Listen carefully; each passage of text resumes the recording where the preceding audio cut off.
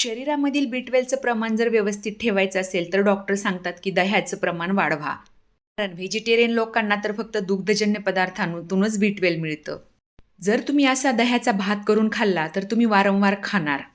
तुम्हाला नक्की आवडेल. त्यासाठी सर्वात प्रथम 1 वाटी तांदूळ स्वच्छ धुवून कुकरला याचा भात तयार करून घ्यायचा आहे.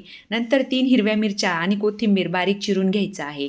दही आणि भात एकत्र व्यवस्थित मिक्स करून घ्यायचा आहे. परंतु ह्या भातामध्ये दही घालत असताना भात अगदीच थंडही नकोय, थोडासा कोमट असेल तेव्हा घालायचा. जर अगदी गरम भातामध्ये दही घातलं तर ते फाटल्यासारखं होतं. त्यानंतर यामध्ये मीठ घालून व्यवस्थित मिक्स करून घ्यायचं आहे. काही लोकांना दही भातामध्ये साखर आवडते तर तुम्ही यामध्ये 1 चमचाभर साखरसुद्धा घालू शकता. आता इकडे एक पळी गॅसवरती ठेवून यामध्ये भरपूर असं तेल घालून घ्यायचं आहे आणि धुतलेली उडदाची डाळ आहे ती खमंग तळून घ्यायची आहे आणि ती या दही भातामध्ये घालून घ्यायची आहे. यामध्ये तुम्ही हरभरा डाळसुद्धा घालू शकता, परंतु मी इथे फक्त उडदाची डाळ वापरलेली आहे. परत पळीमध्ये तेल घेऊन यामध्ये 1.5 चमचा मोहरीची छान फोडणी करून घ्यायची आहे. मोहरी चांगली तडतडली की यामध्ये बारीक चिरलेली हिरवी मिरची आणि कढीपत्त्याची 8-10 पाने घालून घ्यायची आहेत.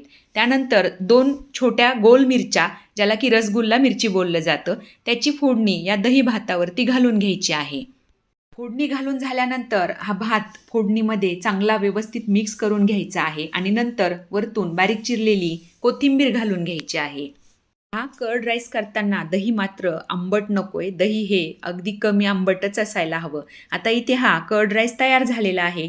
तुम्हाला माझी ही रेसिपी कशी वाटली हे मला कमेंटद्वारे नक्की सांगा आणि हो, आवडलं तर लाईक, शेअर आणि सबस्क्राईब मात्र नक्की करा हं. धन्यवाद.